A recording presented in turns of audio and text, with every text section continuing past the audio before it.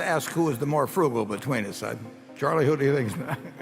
Well, in personal consumption, Warren is more frugal. If you compare Warren Buffett's money habits to both rich and not-so-rich people, he'd probably be the one who spends the least. You might ask why someone who's the fifth richest person in the world doesn't spend a lot. Well, that's actually how he got so rich. So if you're tired of living from one paycheck to the next and want to see your money grow, Warren Buffett's way could be a good example to follow. In this video, I'm going to share 21 things you should stop buying to save money and live more frugal. Item 1. Paper napkins. Believe it or not, we haven't purchased paper napkins in years. Instead, we opt for cloth napkins. Not only are they more cost-effective in the long run, but they're also kinder to the environment. They're washable, reusable, and add a nice touch to our dinner table. There's a certain satisfaction in knowing we're reducing waste while saving money. Item 2. Bottled water, soda, and juice. We've completely eliminated these from our shopping list. Instead, we have a Brita water filter at home that serves us just fine. The tap water in our area is quite good, and with the filter, it tastes even better. As for soda and juice, we found that they are not only costly but also contribute to an unhealthy lifestyle. We've had leftover soda from a party almost a year ago that we haven't finished yet, and nobody's complaining. As for juice, if it's not in the house, my boys don't even ask for it. Cutting out these drinks has been beneficial for both our health and our wallet. Item 3. Meal kits. Yes, I know they're all the rage now, and they might seem convenient, but in my experience, they're quite expensive and often involve more work than anticipated. There's a misconception that they save time, but honestly, I've found that they take much longer than 30 minutes to prepare, contrary to what's often advertised. We prefer making our meals from scratch. It's cheaper, healthier, and there's something genuinely enjoyable about the process. Item 4. A new car. I've only bought a new car once in my life, and I quickly realized that it just wasn't worth the money. Cars depreciate in value the moment you drive them off the lot. Instead of buying new, we now opt for used vehicles. They are significantly cheaper and often just as reliable as new ones. Also, it's important to remember that a car is a tool for transportation, not a status symbol. What matters is it gets you safely from point A to point B, not whether it has that new car smell or the latest fancy features. Item 5. Lotto tickets and casino gambling. I know some people who buy lotto tickets every week or even multiple times a week. And going to casinos, some might view it as entertainment or a hobby, but I see it as a significant risk and a waste of money. The chances of winning are extremely slim, and more often than not, you're just throwing your hard-earned money away. Instead of hoping for a windfall that might never come, why not invest that money wisely? Take that $100 you might drop into a machine and put it into a savings account or invest it. You'll see a guaranteed return on your investment, and that's a win in my book. Item 6. Extended warranties. You've probably been offered one when purchasing an appliance or electronics. While they might seem like a good idea, in our case, my husband is extremely talented when it comes to fixing things. As a result, spending extra money on extended warranties just isn't necessary for us. Even if you don't have a handy person in your household, consider whether the warranty is worth the extra cost. Many times, products don't break down during the warranty period or can be repaired at a lower cost. Item 7. Buying single-serve. This includes single-serve soups, snacks, and drinks. While convenient, these products often come with a higher price tag than their larger counterparts. It's much more cost-effective to buy in bulk and portion out servings as needed. Plus, it's better for the environment as well, as it reduces packaging waste. The only exception we make is when we go on vacation or camping, where single-serve items might be more practical. Item 8. Special care clothes. You know those items that require dry cleaning or hand washing. Not only are they time-consuming to care for, but they also come with added expenses for cleaning and maintenance. I've learned to embrace a more low-maintenance wardrobe, opting for clothes that can be easily washed and cared for at home. This saves both time and money in the long run and simplifies my wardrobe and life. By cutting out these everyday items from our spending, we've been able to allocate our funds to more important aspects of our life, like saving for our future and enjoying memorable experiences with our loved ones. Item 9. Haircuts, spa days, and mani-pedis. These are often seen as necessary self-care practices, and I completely understand the sentiment. There's nothing like a professional haircut or a relaxing spa day to make you feel pampered. However, these services can be quite costly, especially if you're getting them done regularly. I've found ways to indulge in self-care without breaking the bank. I get a professional haircut maybe once a year, and most of the time, I trim my own hair.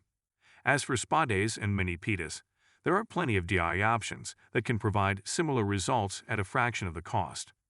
It's all about being creative and finding alternatives that work for you. Item 10. New clothing. Rarely do I buy new clothes for myself. I've discovered the joy of thrift shopping, where I can find higher quality clothes at lower prices compared to buying new. The thrill of finding a great piece at a bargain price is truly unbeatable. Not only am I saving money, but I'm also participating in a more sustainable way of shopping by giving these clothes a second life. Item 11. Plastic. I've stopped buying plastic containers, plastic wrap, and even plastic toys for my grandchildren. I opt for alternatives like glass containers for food storage, which are not only more durable but also safer for our health. As for toys, I prefer investing in high-quality, durable wooden toys that can be passed down from sibling to sibling, or even generation to generation. Item 12. Jewelry. While it's delightful to adorn oneself with beautiful pieces, I've made a conscious decision to limit my jewelry purchases. I've found that I really only wear a few favorite pieces regularly, and the rest ends up being forgotten in a drawer. To curb excessive spending, I've chosen to invest in a few timeless pieces that I truly love and wear often, instead of constantly buying trendy items that quickly go out of fashion. This approach not only saves money, but it also simplifies my routine and reduces clutter. Item 13. Designer clothing. The allure of luxury items can be hard to resist, but their high price tags can make a significant dent in your wallet.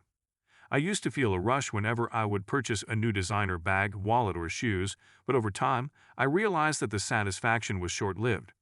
The high cost didn't equate to an enduring sense of happiness or fulfillment. So I decided to shift my mindset and opt for quality over brand name. I now choose bags based on their durability, functionality, and aesthetic appeal rather than their designer label. This has saved me thousands of dollars without sacrificing style or quality. Item 14. Cable TV. We live in a world where there are numerous alternatives to traditional cable television, many of which are more affordable and customizable to our preferences. My family and I haven't had cable TV in years, and we don't miss it at all.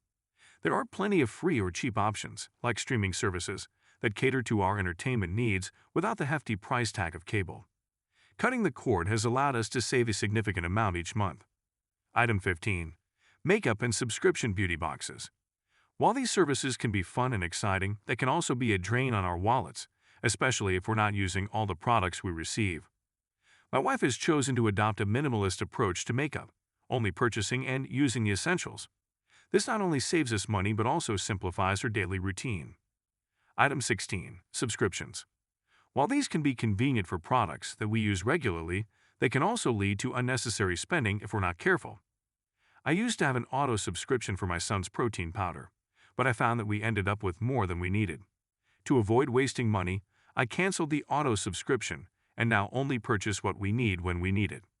It's important to evaluate your auto subscriptions and determine if they're truly cost-effective for your lifestyle. By being conscious of our entertainment and subscription choices, we can make smarter decisions with our money and ensure we're only paying for what we truly need and enjoy.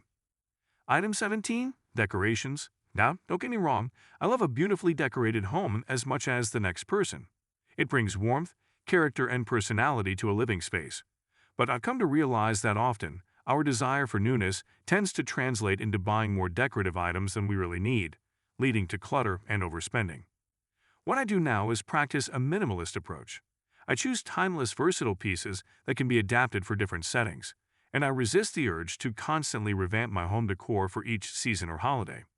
Instead, I opt for natural elements or DIY crafts that can be recycled, which is not only kinder to my wallet, but also to the environment. Item 18. Alcohol. I used to enjoy having a fully stocked bar at home for the occasional indulgence or when hosting friends. However, I've noticed that alcohol expenses can easily add up and become a significant part of the grocery bill. I decided to make a change. I stopped buying alcohol to keep at home. Now, I only indulge in a drink during special occasions or when dining out. This decision was not only financially beneficial, but it has also promoted a healthier lifestyle. Item 19. Memberships. Many of us sign up for things like gym memberships, book clubs, or subscription services with the best of intentions. However, if we're not using these services to their full potential, they can become a drain on our resources. It's important to evaluate the cost versus the benefit.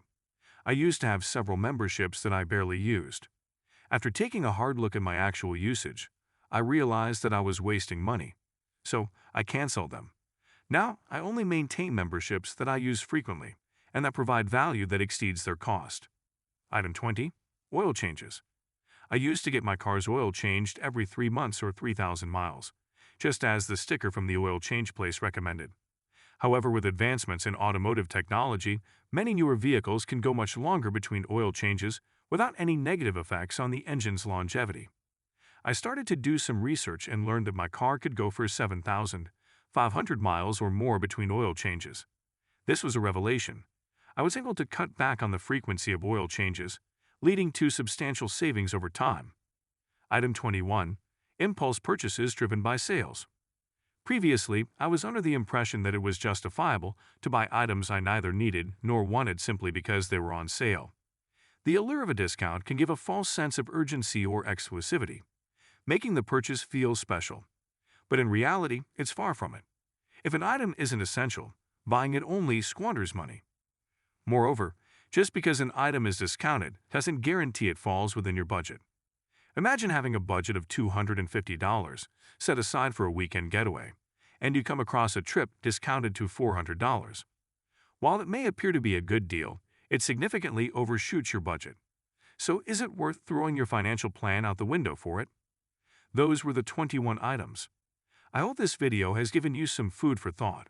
Remember, it's not about depriving ourselves, but about making conscious choices. Every small change can add up to big savings and a more sustainable lifestyle. And every dollar saved is a dollar that can be put toward the things that truly matter to us. If you liked the video, please subscribe to the Finance Bull for more frugal living tips. You can also check out our other videos of frugal living. Links can be found in the description. Thank you for joining me on this journey. Let's continue to challenge ourselves, question our habits, and seek out ways to live more frugally. Happy saving!